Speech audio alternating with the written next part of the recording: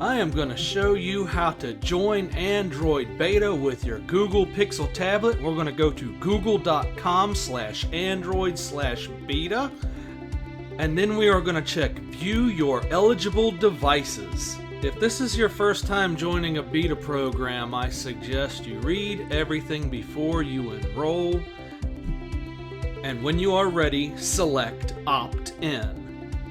You will have to agree to the terms and conditions, and then you'll have some other options to choose. And your device is now enrolled.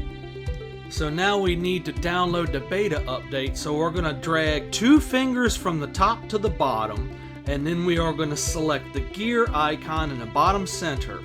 We're going to scroll up on the left until we find System. And then we're going to scroll up on the right until we find System Update.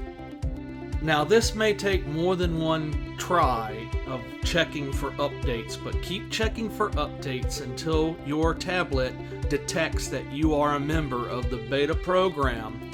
And when you see the System Update is available, select Download and Install.